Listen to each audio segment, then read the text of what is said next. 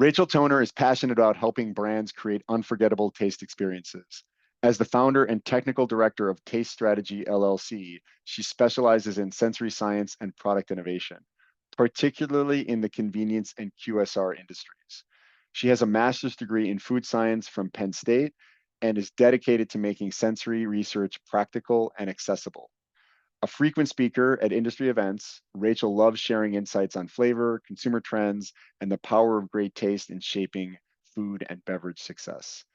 You can reach her at rachel@tastestrategy.com or tastestrategy.com, the website. And we'll put that also on the webcast listing. So today I'm here with Rachel Toner. Rachel is the technical director of Taste Strategy LLC, and she specializes in sensory science and product innovation. Rachel, super glad to have you here. I know we know each other from a past life, and really interested to hear how things are going with your new business and what you think about what's going on in the QSR and convenience store and food world. So I'm really looking forward to this discussion. Thanks for coming here. Thank you so much, Daniel. It's a pleasure to be with you here on the webcast, and I'm excited to be able to share all of my knowledge about convenience and convenience retail and QSR with regards to sensory with your audience here today. Awesome. So maybe you want to start by just telling us and the people who listen a little bit about your background and how you came to be doing what you're doing now and what you're working on. For sure. So I guess I'll start by talking about Taste Strategy and then kind of go from there. So Taste Strategy is my business, and it is a sensory and consumer research consultancy that specializes in specifically in the needs of convenience retail and quick service restaurants. So whether it's 2 a.m. or 2 p.m., we make sure that we're delivering on consumer expectations for our clients.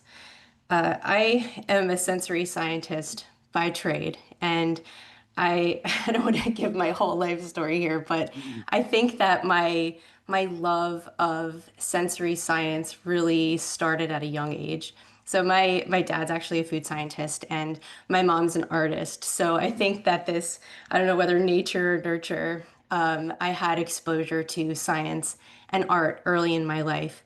And I sort of tell this story because it sort of highlights some of the passion that I have around for sensory. So I remember once my dad used to work for a Swiss flavor company, and And you grew up in Switzerland, right? Yeah, I yeah, did my you live up there. formative teenage Okay. years, lots of learnings. Yeah.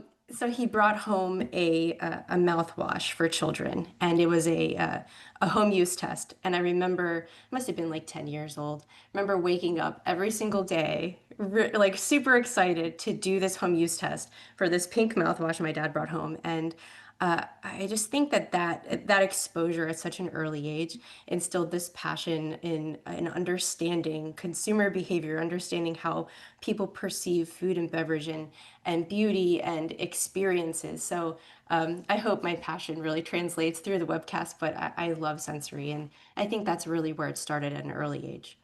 But fast forward many a year, I have my master's degree in food science from Penn State University. I studied in John Hayes' lab where I conducted research on nutritive and non-nutritive sweeteners, very exciting stuff. And, the people in the lab and all the sensory community is so small. I'm sure you know this, right? You just develop relationships and friends and connections throughout the industry. So it's been uh, it's been an honor and a privilege to be able to become one with this community. My first job out of grad school, I worked for Ocean Spray Cranberries up in Massachusetts on their global sensory team and supported, uh, I guess, global innovation for cranberry products, whether beverage or food, and helped supported developing their quality sensory programs for their beverage manufacturing facilities. So that's really interesting, understanding the world of consumer packaged goods. And, as life moves forward, things happen. And so, for personal reasons, my husband and I decided to move back to Pennsylvania. Um, and another personal story. I had applied for the job at Wawa. Spoiler alert, I got the job. Yeah. but it was for a product development position. And I was like, I'm a sensory scientist. I'm not qualified for this job. Uh, and I remember doing the interview with my former manager. He was a coffee roaster and managed the beverage program at Wawa. And I mean, we talked about the similarities and differences and the sensory characteristics of cranberries and coffee, and explored this world. And as you know, coffee is a very important part of convenience retail.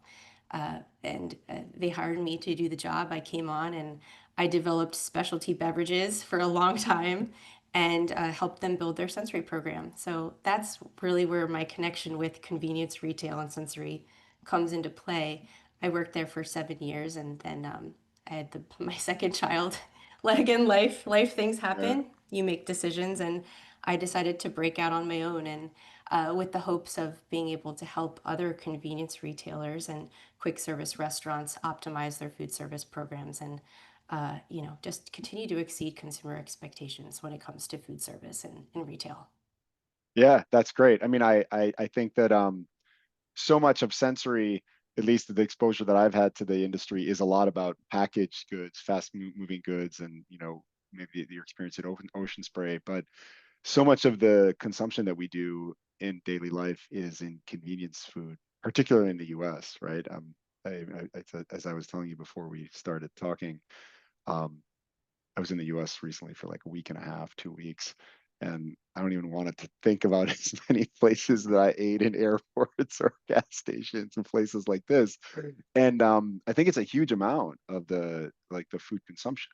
And so, did you notice real differences, or maybe in like the sophistication or development of sensory and consumer understanding when it comes to a packaged product that you might buy in a retail store versus you know a quick service restaurant or a convenience store where it's prepared on site and it's more oftentimes, like, I guess you'd call it more of like a meal type of a consumption. I think that they're pretty different animals, aren't they? Yeah, they're very different animals. I mean, I guess it depends on the product that you're developing, but I would say there's similarities and differences when it comes to developing and testing products for CPG versus something that you would develop for food service. Again, it depends on the brand and the product. But I would say that for the most part, it's the upfront work, that consumer research, and that understanding consumer behavior. There's a lot of similarities between understanding like what you should develop right first before you start developing. So I would say that there's a lot of consistencies there with understanding the data before you start development. I would say that the life cycle of development might be shorter for something like food service. And I do want to kind of separate, distinguish what I talk about in terms of like menu development. So from my experience in working in convenience retail, you work with vendors, and if you have a made to order program where you're developing or making products on site for consumers, um, you're developing recipes, not necessarily developing the products that make Mhm. those recipes. So Right. I would say from a menu development perspective, the life cycle is much faster than it would Yeah. be for something in CPG. Along with that, though, there could be a lot more opportunity because it's unlike, sometimes CPG can be like that Titanic, right? It's very slow moving. I don't want to say Mhm. it's sinking. That I think maybe that was a bad analogy, but Yeah. um, sorry, I didn't pick up on sometimes I'm that, the but worst. okay. But okay, so it could just be like very large and slow moving. Yeah. With food service and menu development, you can move really rapidly. And, if you think about LTOs in food service, like those can last a couple months, right? And then and on onwards and upwards. So I would say And that consumers maybe expect that too, right? Because they expect, like if you're eating at the same chain, they expect a little bit of new things, probably, right? for Yeah. sure. I Yeah. think consumers, I think in general now, you see so many LTOs and new products out on the market. I think consumers just have this expectation now, not to shame Yeah. them or anything, but like the Yeah. expectation is like new and exciting, like give me something Yeah. new. There's always those core products that we Mhm. see in CPG or any type of brand, right? They have their core products and they have their spin-off products or the LTOs. Mhm. Yeah, and I think that we're going to continue to see that Okay. moving Yeah. forward, tons of LTOs. And again, my perception, but I think that this world of convenience retail and QSR seems to be getting more competitive and populated. Like, particularly Americans eat out a lot, right? I mean, over here in Europe, it's not as much the case, at least in Switzerland where I live.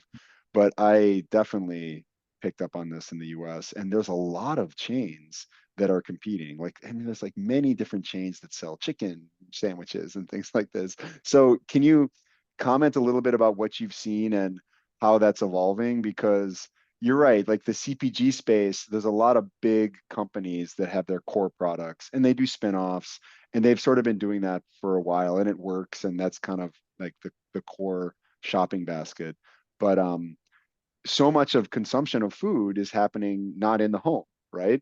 It's on the go, or it's a restaurant convenience case like this, which of course brings tons of opportunity for, you know, I guess diversification, but also distinguishing a brand, distinguishing itself versus another, right?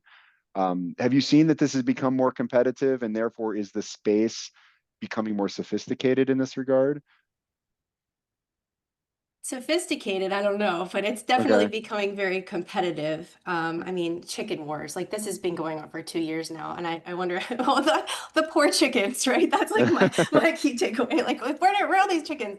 Yeah. It's becoming very competitive, and you see, I think when QSR and I don't when you QSR restaurants see something become successful, right? I think there's this thing that we call like fast following. You want to follow up and you want to get on some of that market share because otherwise someone else is going to take it. So there is a lot Mhm. of competitiveness. And you're right that American lifestyle is unique in the fact that we do a lot of driving, right? I think Yeah. for other countries maybe they don't it's a different lifestyle, right? In Switzerland, like you have train. There are convenience stores, but the lifestyle and the pace is just a little bit different. So we do a lot of driving. There's you got family stress, life stress. Everybody's got stress, so you're trying to find easy, quick ways to stop and grab a bite, whether it's QSR and convenience. What we are seeing though, and I find this very interesting, is that convenience retailers. I mean, what if I were to tell you like your next great eat would be at a convenience store, right? Or at a convenience retailer. Some people might be like, "Oh my God, no way. I can't believe that you would eat at a gas station or eat somewhere that on the side of the highway." But this is the reality of American lifestyle. People are eating at gas stations. People are eating at convenience retailers, and they are competing for this QSR market share. And I think that this is going to continue to heat up. And if you think about the way that convenience retailers position themselves, yeah, some are fuel forward, right? They might be fuel and then maybe snacks and bev second. But some, I think, view themselves as QSRs that just also so happen to have fuel or gas. So I Right. think there's a different perspective and a spin you can put on it, the way people and businesses view themselves. Yeah. Um, yeah, it's very interesting because the US is, I mean, yeah, as you mentioned, we drive a lot, right? And doesn't seem to be changing that much. So do you think this is something that gas stations or gas station operators have just picked up on recently, or they're just looking for other ways to find revenue? And like, how does that work into their revenue mix? So, I mean, because gas is a commodity, right? Like you sell a volume of gas, and as far as I understand, the fuel industry is that you basically make a certain margin on it, and that's it, because it's so competitive because it's a commodity, and therefore you have to find ways to get people to have footfall into your store, and then sell them other things, right? They can do their grocery shopping. I mean, I think I actually Yes. do partial of my grocery shopping even here in Switzerland at a gas station because it's close to my house. I wouldn't buy everything there, but like milk, orange juice, sometimes bread, a few other things. But I see other people going in there buying a lot of things, and I bet it's even more the case in the U.S. For sure. Yeah. I mean, you nailed it when you said that about the gas. Uh, Fuel is low margin for convenience stores, right? But it's a way to get people to come into your store. In fact, a lot of retailers like Wawa didn't start out as a gas station. They started out as a food market and then added pumps later. So um, convenience, it's just such an interesting I guess there's such an interesting dynamic because it's almost like six different businesses in one, right? You've got fuel. Most have tobacco, so that's another thing that they saw in the U.S., which is declining. So fuel, I mean, fuel is going to decline, so that's another reason why we see a lot of growth in food service. Fuel, tobacco. You've got center store, so snacks, so chips, confections, all of those things. You've got packaged beverage, which is another part of the store. You Mhm. can have self-serve beverage, all those coffees and Slurpees and all of those things that you see. And then where we're seeing a lot of growth is food service because it is high margin, so you can make a lot of money on food service. It also, if you can have a high quality food service program, can actually enhance your brand. I think it could go both ways, right? But I think a lot of businesses are finding that having a high quality food service can add a lot of value to their brand and accelerate growth. And I would imagine that also requires like facility changes and, because the footprint of the location is not capable of doing like preparing food versus maybe just heating it up or something like this, right? Yeah. Yeah. There's been a lot of again, it depends on the brand, but you see a lot of store renovations. So they'll, if you come up with a new footprint or you really do want to focus on food service and growth in food service, you'll see stores do total renovations on their stores or, focus on different areas and move that way. We're also seeing a ton in like mergers and acquisitions. So sometimes if stores can't do that, they'll buy other brands and then focus on food service with those brands or translate them to their brand and then build food service programs. It's just very fascinating and complicated and sticky, but I love it. It's so interesting. Yeah.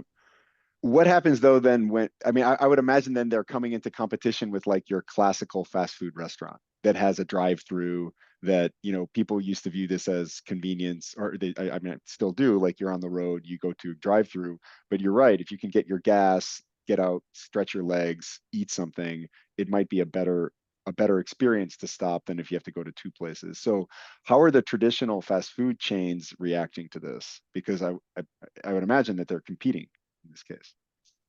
They're competing. I mean, I haven't seen any McDonald's at any fuel pumps outside their stores Yeah. just yet, Yeah. Um, I'm not quite sure how they're competing with convenience. I'm not even like I would think that the most of the competition that they're facing is like just I would say menu innovation. They're a little bit more I'm gonna say I don't want to say innovative because that's not the right word, but they're a little bit more ahead of the innovation cycle when it comes to introducing new things. Convenience tends to be like lower on the menu adoption cycle, so it'll cycle through like chef curated restaurants and then it'll make its way down to quick service restaurants and then finally it'll make it down to convenience because if you think about the population that shops at convenience, right, they're looking for a variety of consumable products, whether it be fuel or gas or they want to use the bathroom, like they're there for a specific reason. But more and more people are saying like, oh, maybe I'll stop at Casey's for pizza. Maybe I'll order ahead and get Casey's for a pizza from Casey's, or maybe I'll get fried chicken from Real Farms instead of going to McDonald's. So I think that convenience is well situated where they have a variety of things that they can offer their consumers. Like, right, that's their diversified business model. Whereas QSR, right, they have food and some of that drive-through convenience. So there's a bit more focus, probably. Also, I would imagine the internal capability of the company is more focused on menu development and consumer. For sure. And maybe you can comment a little bit. So how do you do consumer research or consumer understanding in the convenience setting? Like, doing that's very different than a CPG setting where the product is very standardized, it's got a lot of quality control, you basically understand that the consumer is getting a similar experience each time. In these cases, you've got variability of the store, of the menu, of the ingredients. So how do you go about trying to understand what consumers really care about and building the right menu for them in those cases? Yeah, it can be complicated. I think you described a lot of the factors that play a role in the variability that we do face in menu development. Um, I think that one of the things that makes convenience retail unique is the fact that, right, if you have a made to order food and beverage program, execution plays a huge role in what is delivered to the consumer, right? I mean, of course, you've got equipment too, and you have to make sure you maintain that. If you don't, like that could be play a huge role too. But assuming Mm, all of those factors are equal, execution plays a huge role in what's delivered. So what I've seen in work that I've done with clients is that maybe something's highlighted, like you get a complaint. Sometimes these things are highlighted by complaints, right? Like they find that there's an issue, but they don't know if it's the product or if it's an execution related issue. I mean, mm, some retailers have like 1,400 stores. I mean, 7-Eleven has many more than that, but I would mm, say like below 7-Eleven, like you got 1,400, 1,100 stores. mm, How do you understand really what's going on other than like the mm, day-to-day conversations with managers and GMs? Um, so what you need to do is you need to measure that from a sensory perspective. So what we'll do is we'll send people out to those stores, buy products. It's almost kind of like secret shopper, I would say, a mission. mm, Buy those products and provide feedback on those products. mm, Not only just we try to just focus on the products from a sensory perspective. So mm, understanding like we love photos too because mm, when you have photos of products like that speaks a thousand words. Take photos of the products, understand like temperature, right? Sensory characteristics of temperature, flavor, um, messiness could be something that you would want to look at. mm, Texture, right? Texture is super important, especially in a format like convenience. Most of the things that are purchased at convenience stores, we assume are going to be consumed within like 20 minutes or so of ordering. So we do have mm, to take that into consideration. But like you start getting like stale, right? If you have a roll, for example, like if it's stale, that can come out through sensory research. You can get like lettuce, you could have brown lettuce, things like that that you might not know is happening can be collected through sensory research and understanding the variability across your stores. And sometimes you mm. might have regional differences, right? You might find out north of the United States, if all your stores, everything looks good, but south, there's something wrong with tomatoes. Like there's so things like that can come out through sensory research, which is really enlightening. Right. And how do you, so you're doing that in store, or are you going out and like sampling and then bringing it back? Or because I think that's a challenge is also understanding what the consumer and what the setting is so that you can process the information correctly. Again, in our own work, we notice this. It's kind of like getting a statistical sample is a challenge because there's variability within the product itself, right? For So, sure. And it's like businesses like yours that help us to be able to get the sample sizes needed to execute this work. And the right when you have 1,100 stores, like it's important to have to have that reach and that distribution, so you understand what's going on. So, um, uh, like with you and Flavor Wiki, it's just what you're doing is makes the work that we have to do so much easier. So yeah, we have logistical challenges there, but we try to get the best representation that we can. that's good to hear. Um, and then so sensory, like, do you see like when you sit down with these companies, do you find yourself educating them a little bit on what sensory is and how does that work and why is it important? I mean, of course, like the Burger Kings and the McDonald's of the world have been doing this kind of thing for a while, but do you see an opportunity there for sensory to sort of shine? I mean, the sensory community is always looking for places to make itself more relevant, right? In the commercial journey, right? I would think that there's a real opportunity there if it's applied correctly. For sure. And I mean, hopefully, because that's my business model, Yeah. Daniel. Yeah. Well, I mean, I think starting at Wawa and now starting my own thing, like there is absolutely a hurdle. I think sensory in general can be like this, like it's like a secret science, right? I think a lot within the food community and the CPG community, you're right, it is very well known. But I think elsewhere, there's huge opportunity to be able to educate and communicate what sensory is and how it can be useful.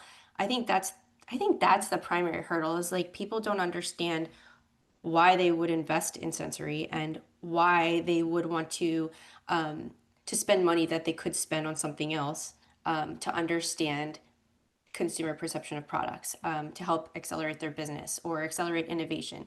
I think they just don't understand how to put the pieces together, especially in convenience too, depending on where the business is with regards to the food service program.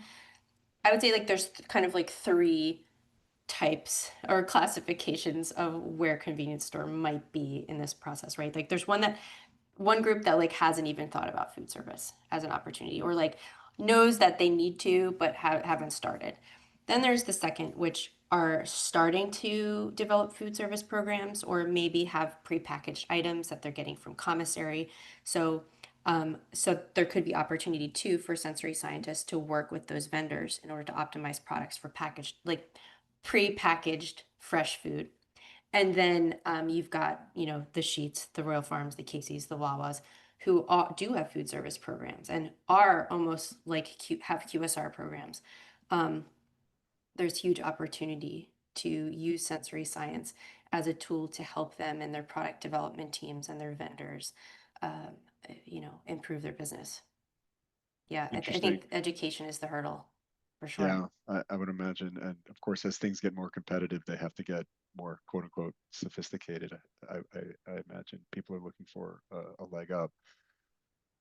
How then, what have you seen, and maybe what is your recommendation for how they think about migrating from like a pure retail setting to retail with food service? Or I guess they're going all the way from having no retail. That's a big journey because there's a mix of what's the optimal thing to sell in my store. If you have 1,400 locations, you're probably spanning states, right? Different geographies and weather and people's local tastes and local flavors. And I think when you deal with packaged goods and you have like a Snickers bar, I mean, everyone understands that that's the same in every place you go. Like that's a very standardized product. But as you go, into something that's more like a menu or a food product, I can imagine that the expectation of the consumer gets a little bit more localized. So are you seeing that some companies are organizing themselves in this way to have maybe more like slightly regional or local knowledge and switch things up? Or how would you recommend to tackle that? Because if I were running something like this, I would say to myself, well, how am I going to make sure that I have the right menu for my customer in Louisiana as well as the customer in Texas and Nebraska? Because I've got all these locations, right? Yeah, I think it's a really good thought and interesting question. And I hopefully I can tackle this for you. I think that for the big dogs, for the big convenience retailers, right? I want to say that yeah, they're developing for the every person, right? Every person because they don't want to change their brand. And as you may know from working, it's hard to manage regional SKUs when you have such a large business like that. That becomes very logistically challenging. Yeah, you might need to do it in some locations, but from experience, I've seen it be a challenge for businesses to manage those regional differences when they have one very large brand. Where I have seen it be successful is in, I guess, like a brand that has like a brand that has an umbrella brand of like 10 brands that have, different brands throughout the United States, and they have the ability to do um, uh, those regional offers for consumers. There's the I've seen, I think it's called Stinker Stores. They have a regional offer where they offer a specific berry that's, I think it's huckleberry. They have huckleberry items that is specific to that region. So I've seen that done well, but I mean, they're a fairly small footprint, right? So they have the ability to make those changes. Um, I would say that the most luck that a large brand might have in doing that would probably be through frequent LTOs. So they have the ability to try a variety of things and see what sticks, um, but not be tied down to one thing. They may also have the ability to do some regional items, but in packaged goods. So if they have a local vendor that they might be able to get an in from that perspective. But I think from food service, it becomes very challenging to do that. Okay. And what about supply chain? I mean, it's another practical question I would ask. Like if you're creating a menu item, you need the ingredients like the doughs and the things like, I mean, even if they're probably pre-prepared in many ways. That's what I see here because there is a lot of this kind of thing now that I'm thinking about in Switzerland. It's just not, there's more restaurants, right? But when you do go to a gas station, you probably maybe remember it from living here. There's this brand Marché, which is really nice, like buffet. We can sit down. It's like a proper cafeteria, and then they have there's other versions of this where you can kind of get sandwiches or pizzas and stuff like that. And I imagine a lot of that is kind of pre-prepared, and they bake it in the back or they make it. So what about supply chain? Does that become a super big problem regionally, or can you supply that? Like you can supply all the Northeast from one location. Um, I mean, I am definitely not an expert on this, but from what I yeah. understand, a lot of these larger chains have distribution centers throughout the United States where they have their items, there, and uh, then they're transported to the locations that they need them. I think from a supplier uh, perspective, I would presume that many of these retailers have multiple suppliers for different items. Mhm. I think from a sensory perspective, and hopefully I'm actually answering your question. I think from a sensory perspective, that's it also becomes a concern because when retailers do need multiple suppliers, it's important to use sensory approaches to make sure that the quality is equivalent, and that there are no concerns there. Like if you offer, I don't know, a different if you have a different supplier for a hamburger patty up in the north than you do in the south, like you want to make sure that that's consistent across all. Yeah, yeah, I totally understand. And because in the end, they're also building a brand, even if well, it's hard to build a brand in gas, right? Gas is gas, but then you build your brand around other things that are within the store. Yes. Cool. So what do you think is like if you were to have to like say what do you think is a bigger growth area for the food industry, packaged products versus this kind of convenience? Do you think that this is a big, up and coming growth area? Um, or do you think that it's going to be about the same as it's been? Or like, how do you think the world might change in the next 20, 10 to 15 years in terms of this type and style of eating? Because I would like to eat higher quality food at gas stations. That would be great. I mean, I hope, I hope that it could do. I I would predict, based upon what I know, that we'll only continue to see convenience become more and more relevant for consumers. I think, the way that we're gonna, I mean, with AI, with GLP-1 drugs, with all of the things that are happening in the world right now, like I think I'm not sure exactly if I hope that it's not the same. That's what I hope. I hope it continues to evolve with consumer needs. Um, I hope that one, it becomes more convenient. I think sometimes um, convenience stores can out convenience themselves by making things too complicated, or even made to orders items can take too long to prepare, so then it's no longer convenient. I hope that we do start to see healthier options, or at least more sustainable options in convenience stores. I do hope that we start to see more of that. Again, convenience tends to be at the lower end of the menu adoption cycle, so it might take longer than 20 years. I hope not, but we might. Um, and I hope to see more and more uh, global food and beverage flavors and convenience.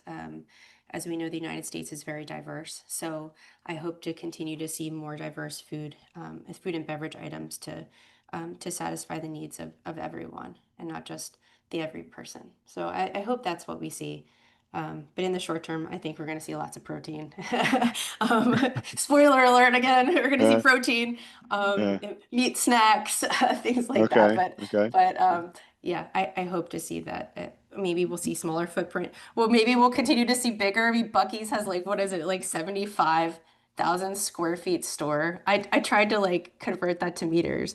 It's Yeah. like 7,000 square meters. Like that is a huge store, right? So, Yeah. I mean, who knows what's going to happen, but I really hope that it's not the same. Yeah, I mean, one could think about a lot of different ways they could use these locations because at the end of the day, they're trying to make value from their real estate, right? Like you said, yeah, the people buy less gas, right? So you own the location or you rent the location. What can you do with that location to get revenue from it, right? Yeah. So yeah, it's- And even with like EV charging, right? What do you mm, do? Like as fuel starts to decline and we see, more EV mm. charging in the United States, like what do people do? Like in a Yeah, convenience retail situation. So I think there's conversations about like, do you build a car wash? Do you build other amenities that people can enjoy while their car is being charged? So mhm. I think thanks that helps spark some thoughts in my mind. Um, I think just going to see, I mean, maybe we'll see more of that as well, like more third spaces. I know there's a lot of conversation about that. Um, yeah, I think that we'll probably see more of this like multi-destination type of convenience format. Yeah, makes sense. Makes a lot of sense actually. Particularly for a country like America, man, it's just such a big place. It's so different than Europe, right? Like the amount of space that's available and the amount of growth potential, given that you have so much land, right? Like, like cities can just grow and they can, you know, there's almost an unlimited amount of space that can be filled. And of course, all For that sure. it looks like all of that involves still continuing to use the automobile, right? Because it's the most flexible form of transportation at the end of the day. So I mean, this is a side note. Like we took our kids to West Virginia to go camping this weekend, and like yeah, so much driving. There's just so yeah, much driving involved, and yeah, you come across a truck stop or a gas station here. It's like it literally is like an oasis. You're like, thank God we yeah, made it. yeah, But yeah, you're totally right, and I think one of the stats I saw was that like there's one convenience store in the United States for every 2,233 people. So yeah, I mean, there's a lot of convenience stores, right? yeah. And I just I think we're going to continue to see merger and acquisitions because that's the growth opportunity. Mm, But I don't know. Maybe every QSR will be a convenience store in 30 years. No, I'm just kidding. But yeah. it'll be crazy. No, it's cool. That's great to hear.